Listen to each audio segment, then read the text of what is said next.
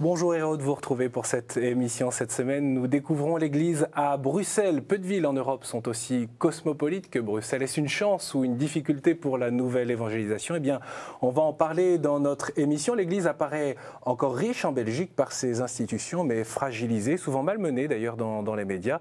Comment cette année de la foi peut-elle redonner du souffle? Nous parlerons aussi de la présence de l'église auprès des institutions européennes. Vous le savez, KTO étant diffusé en Belgique, nous avons la joie de recevoir régulièrement l'un des évêques des diocèses francophones dans cette émission. Et pour parler de Bruxelles, c'est tout naturellement que nous accueillons Monseigneur Jean Cocrols. Bonjour. Bonjour. Vous êtes évêque auxiliaire de Malines-Bruxelles, en charge du vicariat de Bruxelles. Vous dites de Bruxelles d'ailleurs qu'il faut savoir en découvrir le charme, hein, parce que ce n'est pas forcément immédiatement qu'on peut saisir ce que vous-même vous avez perçu au fil des années. C'est une ville qui est peut-être moins cité-lumière comme Paris. C'est une ville il faut y séjourner, il faut y résider pour en goûter toutes les facettes, et en particulier aussi de la vie de l'Église. Et c'est vrai que je le disais à l'instant, c'est une ville très cosmopolite. Combien d'habitants et combien d'origines d'ailleurs différentes? 1 100 000, 1 200 000 habitants, et puis toutes les nations du monde.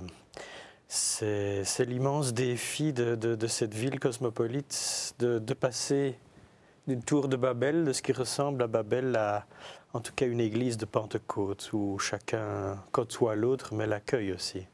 On sait que d'ailleurs l'Église fait beaucoup. On a en tête cette fameuse Bruxelles accueil, portes ouvertes, hein, qui est là pour accueillir tous ceux qui en auraient besoin. Et Dieu sait s'ils sont nombreux au fond à Bruxelles. Il défile étant riche, étant pauvre. Nous avons beaucoup de personnes qui viennent pour les communautés européennes, pour l'Union européenne, qui viennent là pour le travail, mais aussi beaucoup de gens qui viennent de pays les plus pauvres du monde pour essayer de vivre ou de survivre. Et donc toute cette diversité, c'est un vrai laboratoire. Je sais bien que nous n'avons pas le monopole d'être laboratoire, mais c'est un vrai laboratoire et pour la cité et pour l'Église. J'aime dire que les défis de la ville de Bruxelles sont probablement les plus grands défis aussi de l'Église qui est à Bruxelles. C'est-à-dire ?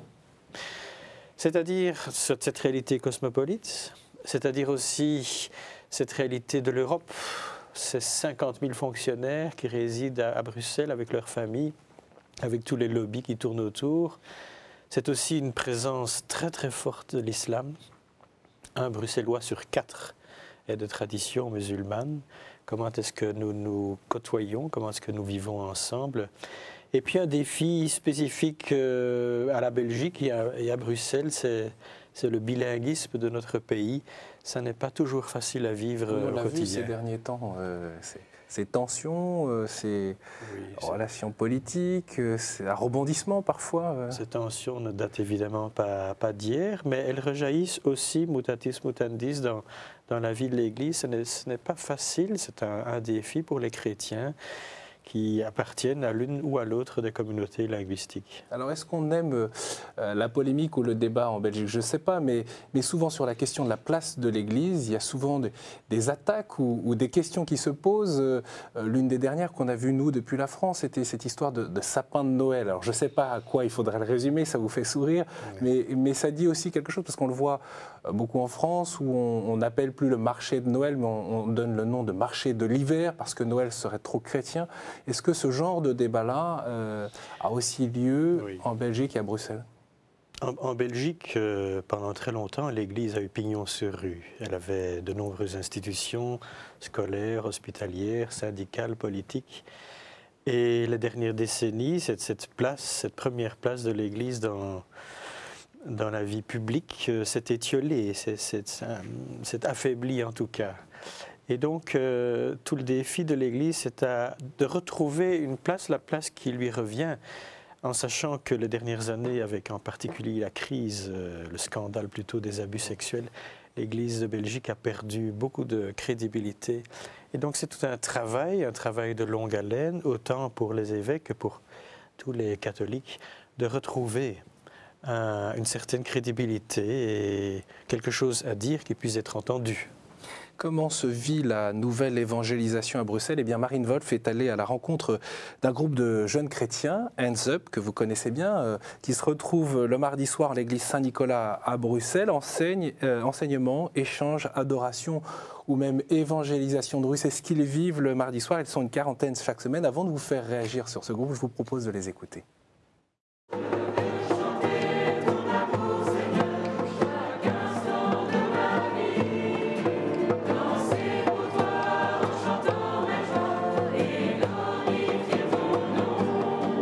Le groupe de prière Hands Up est un groupe de prière destiné pour les jeunes, étudiants et jeunes professionnels, entre 18 et 30 ans. Et c'est proposé par la communauté l'Emmanuel. Et donc l'idée, c'est de se retrouver tous les mardis, donc chaque semaine, pendant 1h30, en commençant toujours par un temps de louange. Et de grandir spirituellement au sein d'une communauté et en groupe. Ça fait 4 ans que ça se passe à Saint-Nicolas. C'est vraiment une position idéale pour nous parce que c'est au cœur de Bruxelles et il y a plein de personnes qui rentrent dans cette église. Donc quand on ouvre les portes, il n'y a pas que les jeunes, il y a aussi les passants qui rentrent. Et c'est aussi pour nous un témoignage parce qu'on n'est pas isolé, on est vraiment au cœur du monde. Alors à travers la prière de la louange, je pense qu'on vit une forme de prière qui est un peu particulière et qui nous permet de donner un relais dans la semaine par rapport au dimanche. Et j'aime souvent prendre l'image d'un fil, d'un câble téléphonique, ce qu'on voit le long des routes. En fait, donc, entre deux poteaux, il y a 2 points hauts, et entre chaque poteau, eh bien, il y a une poche. Alors, le but, c'est que le fil ne touche pas par terre. Et bien, dans la vie spirituelle, il y a un peu de ça. Et on peut très bien avoir des rendez-vous tous les dimanches. Mais pour beaucoup, ce n'est pas suffisant. C'est-à-dire que la vie spirituelle touche un peu à son bas. Et le groupe de prière peut, en tout cas, est une occasion, est une des propositions qui est donnée pour étayer davantage sa vie spirituelle, sa vie avec le Seigneur. C'est intéressant d'écouter ces jeunes. Au fond, les chrétiens ont besoin de quoi pour retrouver cette confiance, comme vous le disiez tout à l'heure, après ces crises ou d'être malmenés par les médias? De quoi les chrétiens ont-ils besoin, au fond? Les chrétiens ont besoin d'être nourris d'abord, d'être consolidés, confortés dans leur foi. Et c'est peut-être le ministère principal de l'évêque aujourd'hui, c'est à la rencontre des communautés chrétiennes de confirmer, de rendre confiance. Et puis aussi d'inciter les chrétiens à témoigner et donc à avoir de quoi rendre compte. Donc il y a tout ce travail d'accompagnement à privilégier.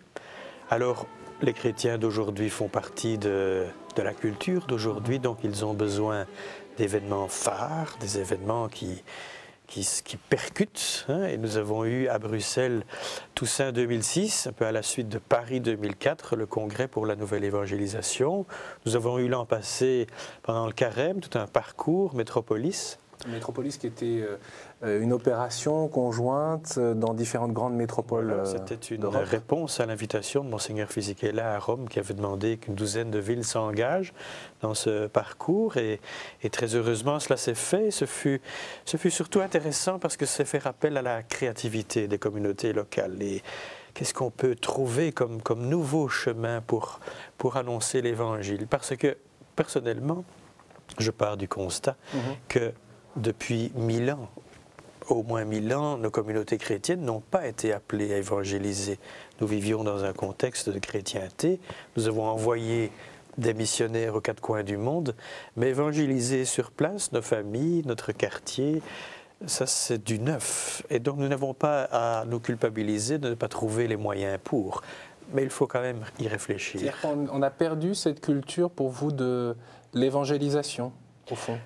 Honnêtement dit, je ne crois pas qu'on l'ait perdu, on ne l'a jamais eu. Pour être un petit peu sec, mais on ne l'a jamais eu, on doit la trouver, l'inventer. Et c'est donc tout un travail de créativité à faire. Alors il y a ces petits groupes, il y a cette présence des chrétiens au cœur du monde et en particulier là où l'Église gagne en crédibilité, en particulier je pense aux lieux de souffrance, les hôpitaux, les prisons, au centre-ville, le centre-ville de Bruxelles, qui est un lieu fréquenté par tant et tant de gens, être là, avoir des lieux d'accueil, d'écoute. Oui, ce qui est d'ailleurs peut-être la spécificité de Bruxelles, c'est qu'une bonne part de la population immigrée est au cœur de la ville, alors que peut-être dans de nombreuses villes en France, c'est plutôt l'inverse, c'est plutôt en périphérie des zones urbaines. Oui, on les retrouve un peu partout, mais les pauvres se retrouvent aussi partout, pas uniquement dans les communautés immigrées. À quel niveau pour vous se situe l'effort de conversion, Monseigneur Kekrols? C'est peut-être un petit peu simple, mais je pense que l'effort de conversion, c'est d'abord en soi. C'est tout le programme de Jean-Baptiste qui invite pendant ce temps de l'Avent à une conversion personnelle pour pouvoir annoncer l'Évangile. Et à se tourner vers le Seigneur en sachant que aplanir la route et abattre les montagnes qui gâchent la vue, le Seigneur fera 90% du travail. Mais à nous d'amorcer. Et vous êtes arrivé donc nommé évêque en février 2011, ordonné en avril 2011, dans une situation, vous l'avez dit, au fond, l'Église en Belgique perd de sa force institutionnelle, de sa capacité matérielle à gérer les choses. Et pour autant, ce grand défi de l'évangélisation doit être mené. Alors comment, j'allais dire, conjuguer cette conjonction paradoxale, contradictoire de flux, si je puis dire? Oui, honnêtement, je n'ai pas de réponse toute faite. On tâtonne, on cherche, on rame même, mais avec courage. Et je pense qu'il y a de plus en plus de chrétiens, beaucoup plus que dans le temps, qui sont parfaitement conscients des enjeux et qui cherchent, chacun à sa façon, en paroisse, dans les mouvements, et ces deux poumons de l'Église locale se conjuguent très heureusement, mais je constate que partout, au moins on se pose cette question. Comment témoigner de ma foi là où je suis? Alors il y a un point que nous pourrions aborder, il y a eu tout un travail autour des unités pastorales dans le vicariat de Bruxelles, et se pose aujourd'hui la question des églises, parce que aussi comme en France, il y a de très nombreuses églises qui correspondent plus forcément aux besoins des pratiquants du dimanche en tout cas. Il y a cette question de savoir est-ce qu'il faut désacraliser les églises, en tout cas c'est comme ça qu'on se le pose en Belgique et en particulier à Bruxelles. Il y a eu quelques églises dont on peut garder le nom en tête, Sainte-Catherine bien sûr, dont on a parlé l'année dernière, mais il y en a eu d'autres qui ont été transformées pour partie en logement, et une partie du chœur est restée en lieu de prière. Pour d'autres, il y a des projets d'aménagement divers. Comment vous saisissez de cette question qui est quand même majeure dans la visibilité de l'Église, la présence de l'Église dans les quartiers? Mais ma première réponse, et réponse essentielle par rapport à cette question, c'est de dire, c'est d'abord une question d'ordre pastoral. Ne parlons pas d'abord des bâtiments, mais qu'est-ce que nous voulons comme projet d'Église? Quelles sont les communautés que nous voulons construire pour demain? Avec ce qui est pour moi essentiel comme clé de compréhension, la parole dans Saint Matthieu, « Soyez sel de la terre et lumière du monde ». Il nous faut vivre ce paradoxe d'être en même temps lumière du monde, d'avoir des lieux phares, des lieux attirants, des communautés visibles et accueillantes, et en même temps celle de la terre, des lieux plus modestes, plus cachés, au cœur de la réalité de la ville et dans nos quartiers. Et il faut tenir les deux. Mais c'est vrai que nous avons à Bruxelles le même nombre de lieux de culte qu'à Paris, intramuros. Nous avons exactement le même nombre de paroisses qu'à Paris pour moins de la moitié d'habitants. Et donc, il y a un certain nombre de lieux de culte. C'est la grande tradition catholique de la Belgique, voilà, d'une certaine manière. C'était une époque où chaque fois qu'un nouveau quartier était urbanisé, eh bien on y plantait une église, et nous avons à Bruxelles des églises parfois à moins d'1 kilomètre de distance l'une de l'autre.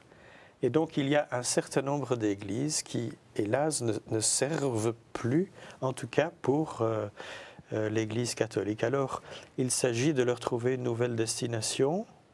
J'insiste bien, on ne parle pas ici de 36 églises, mais en tout cas de quelques-unes à l'heure actuelle. Et il s'agit de trouver un usage qui soit respectueux de la première destination de ce lieu, c'est-à-dire lieu de culte. Et nous plaidons au vicariat pour une réaffectation partielle de ces lieux. J'ai le souci de garder serait-ce un lieu de prière et de dévotion dans chaque lieu qui a été pensé comme église et construit tel quel. Mais parfois, il y a effectivement des grandes églises qui reçoivent une nouvelle destination. Ce qui peut être d'ailleurs une stimulation d'une certaine manière pour les chrétiens du quartier qui sont attachés à leurs églises, comme une invitation à s'engager à nouveau, de redécouvrir les racines de leur foi. Oui, mais c'est aussi un signal clair que nous devons donner à l'égard des pouvoirs publics, dont nous dépendons beaucoup en Belgique. Et il ne s'agit pas de commencer à dépendre à 100% des pouvoirs publics pour toutes ces églises. Monseigneur Coquerolles, je souhaiterais qu'on parle maintenant de la pastorale des jeunes, parce que vous parliez tout à l'heure de ces grands temps forts qui ont marqué, Bruxelles Toussaint 2006 et puis Métropolis 2012. Il y a les JMJ aussi qui rythment la pastorale des jeunes. La prochaine destination, c'est Rio. La préparation est déjà bien entamée. Les Belges vivront un premier temps fort à Goiás, en pleine campagne. Et c'est un Belge, un évêque belge, Monseigneur Rixen, qui accueillera les jeunes d'origine. Je vous propose d'écouter son invitation. Alors, chers jeunes de Belgique, nous sommes très heureux de pouvoir vous accueillir ici dans le diocèse de Goiás. Je sais que vous allez être plus ou moins 80. Pour nous, c'est une très grande joie de vous accueillir dans cette ville qui est une ville qui est patrimoine de l'humanité, une très très très belle ville. Les gens sont extrêmement accueillants. Donc vous n'avez pas besoin d'avoir peur de rien du tout. Vous allez rester une semaine avec nous, vous allez connaître notre réalité, nous allons prier ensemble, nous allons chercher ensemble le Seigneur, puis nous aurons aussi beaucoup de contacts avec d'autres jeunes. L'Église de Belgique a une très grande importance ici au Brésil. Par exemple, le Père Damien de Veustre, l'apôtre des lépreux, qui est enterré à Leuven, est très fort connu ici au Brésil comme un exemple de sainteté, de don de soi-même ici au Brésil. C'est assez sympathique d'ailleurs de voir un évêque liégeois d'origine inviter les jeunes des JMJ, les jeunes belges. Oui, ça se met bien entre guillemets. Depuis l'interview, nous sommes 120 et je suis très heureux que nous puissions d'abord prendre du temps dans ce diocèse au Brésil avant de rejoindre ces millions de jeunes à Rio. Mais j'aimerais insister sur le fait que ceux qui iront au Brésil seront véritablement envoyés. Et donc on n'y va pas à titre personnel. On y va porté, envoyé par une communauté à laquelle il s'agira de rendre compte au retour. Et j'aimerais aussi insister sur une très heureuse initiative, c'est que de façon concomitante au JMJ de Rio, nous organiserons en collaboration avec les diocèses du nord de la France un temps fort des JMJ locales, Belgique francophone, France du Nord, et nous nous retrouverons à Maubeuge pour des temps forts au même moment que le pape recevra les jeunes à Rio. Il y a à la fois cet engagement social qui est très fort en Brésil, auquel les jeunes pourront s'associer, mais aussi des temps de prière silencieuse. En élaborant le programme avec la pastorale des jeunes, on s'est dit qu'il faut pouvoir proposer les deux. Un engagement fort au service de la population locale, cette charité qui vérifie notre foi, mais aussi un temps d'approfondissement, parce que force est de constater que beaucoup de jeunes, même s'ils viennent au GMJ, ont une foi extrêmement tâtonnante et elle mérite d'être ancrée. Et donc nous aurons, pendant ce séjour à Goiás, un temps de retraite qui sera prêché par Monseigneur Rixen et moi-même. Et d'ailleurs, si on parle des JMJ, parce que c'est aussi maintenant que les choses se préparent, se réfléchissent, et puis on peut commencer à s'inscrire aussi pour cette démarche de JMJ depuis l'Europe, si je puis dire. Il y a un système d'ambassadeurs des JMJ qui ont reçu pour mission depuis septembre chez vous de sensibiliser les jeunes. Et il y a d'ailleurs un clip qui tourne, on peut le retrouver sur Internet. Et je voudrais qu'on aborde maintenant les questions de l'Europe, Monseigneur Coquerolles, parce que depuis le printemps dernier, vous êtes vice-président de la COMECE, c'est la Commission des épiscopats de la Communauté européenne. La COMECE entretient des relations régulières avec les institutions européennes et puis l'ensemble des conférences et de l'Église en Europe, l'Église catholique. Je vous propose de retrouver la petite communauté de chrétiens qui se retrouvent à la chapelle de la Résurrection, à proximité des institutions européennes. Ce lieu existe depuis une petite dizaine d'années. Et puis bien sûr, après, j'espère que vous pourrez nous raconter votre expérience auprès de ces chrétiens et au sein de la COMECE. À l'heure où la ville sort de son sommeil, au cœur des institutions européennes, la chapelle de la Résurrection se réveille aussi. Ce jour-là, c'est Fabienne Alcaraz qui s'en charge. Pour moi, c'est le temps du matin qui permet de poser la journée et de démarrer sur un autre pied. Comme chaque matin en semaine, le groupe de la prière du matin prépare les lieux pour la journée. Et en anglais, au choix du lecteur.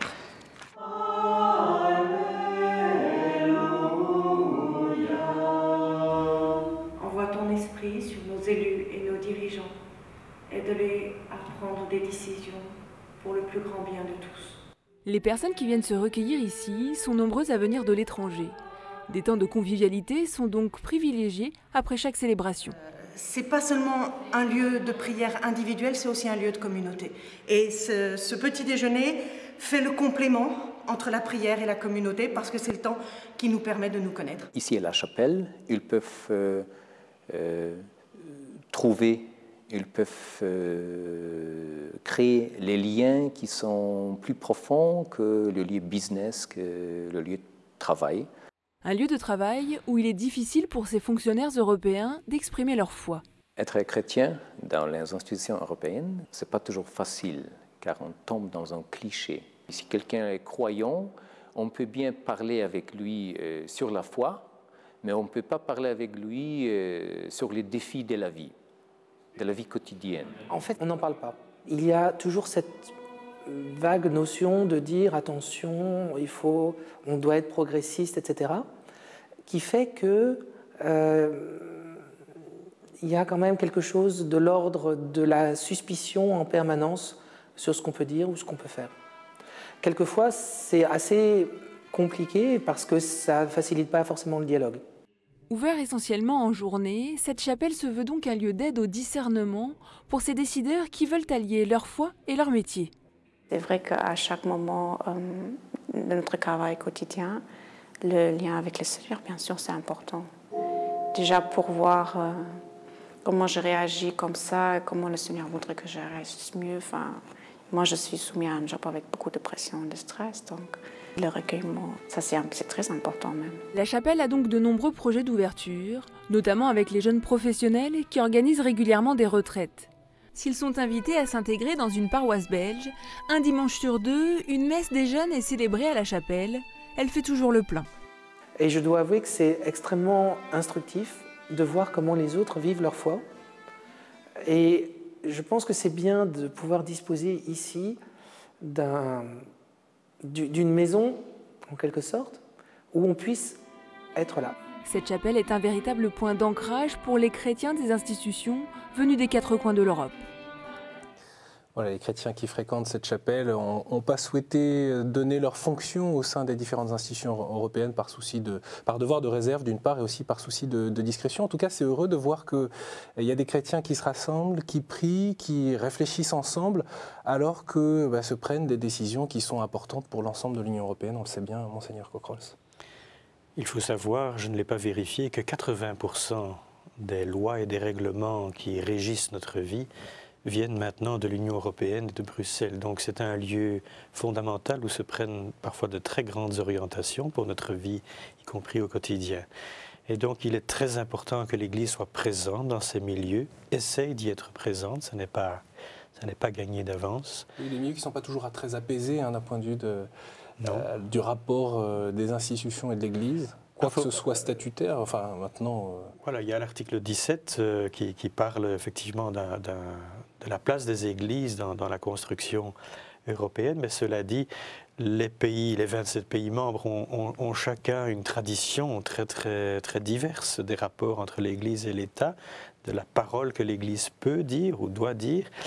Et donc, c'est tout le travail de la COMECE aussi, d'être présente là, dans ce travail d'union de l'Europe, de faire entendre la voix des églises locales, des conférences épiscopales, et puis aussi de renvoyer localement ce qui se passe en Europe. C'est un travail particulièrement exigeant. La France y est représentée par Monseigneur Kratz, évêque auxiliaire de Strasbourg. Nous nous retrouvons tous les 6 mois à 27 évêques, puisqu'il y a 27 pays membres, et on fait tout un travail d'approfondissement de cette lente et progressive construction européenne. Et qu'est-ce qui vous surprend le plus, vous qui êtes quelque part un peu nouveau en tant que vice-président, même si en fait vous êtes au sein de la Comessé représentant des évêques de Belgique depuis un petit bout de temps? Ce qui me frappe le plus, c'est que l'Église doit vraiment être heureuse d'annoncer et de réannoncer les racines chrétiennes de l'Europe. L'Europe ne serait pas ce qu'elle est, et la construction européenne ne serait pas ce qu'elle est si des chrétiens n'avaient pas été partie prenante de tout cela. Et il s'agit de le rappeler, pas seulement pour faire mémoire et pour être nostalgique, mais pour faire comprendre que l'avenir aussi doit s'enraciner dans ce que le christianisme a donné à l'Europe, et en particulier l'espérance. Pas seulement au niveau donc, des questions économiques, mais aussi sur la question de la visée, de la vision, au fond, anthropologique. La vision anthropologique, le respect de la personne, l'aspect fondamental de la solidarité dans la construction européenne. Les chrétiens doivent le rappeler à temps et à contre-temps. Le mot de la fin, Monseigneur Cockcrols, sur Noël, on est en marche vers Noël, c'est l'Avent déjà bien avancé, peut-être un conseil spirituel pour se préparer à Noël? Le temps de l'Avent est peut-être le temps où les chrétiens vont le plus à contre-courant de ce qui se passe autour d'eux. Les chrétiens ont l'audace d'attendre dans un monde qui ne sait plus attendre. Les chrétiens ont l'audace de se taire dans un monde très bruyant à l'approche de Noël et des fêtes. Et les chrétiens ont l'audace à un certain moment de garder leurs mains vides, alors qu'autour de nous, nous sommes là pour grappiller, pour acheter, pour prendre. Ce ne sont que les mains vides qui peuvent prendre l'enfant Jésus. Marie nous confiera l'enfant si nos mains sont vides. Merci beaucoup, Monseigneur Cockcrols, pour ce mot de la fin. Un immense merci aussi d'être venu jusqu'ici, jusque sur ce plateau de la vie des diocèses pour nous parler du vicariat de Bruxelles. Vous qui êtes évêque auxiliaire de Malines, Bruxelles, bien sûr, l'actualité de votre diocèse, on le retrouve sur le site internet du vicariat. Et puis, bien sûr, vous y retrouvez toutes les informations concernant les Journées mondiales de la jeunesse. N'oubliez pas le site de KTO pour retrouver cette émission et la faire circuler sur les réseaux sociaux. Je vous dis à la semaine prochaine.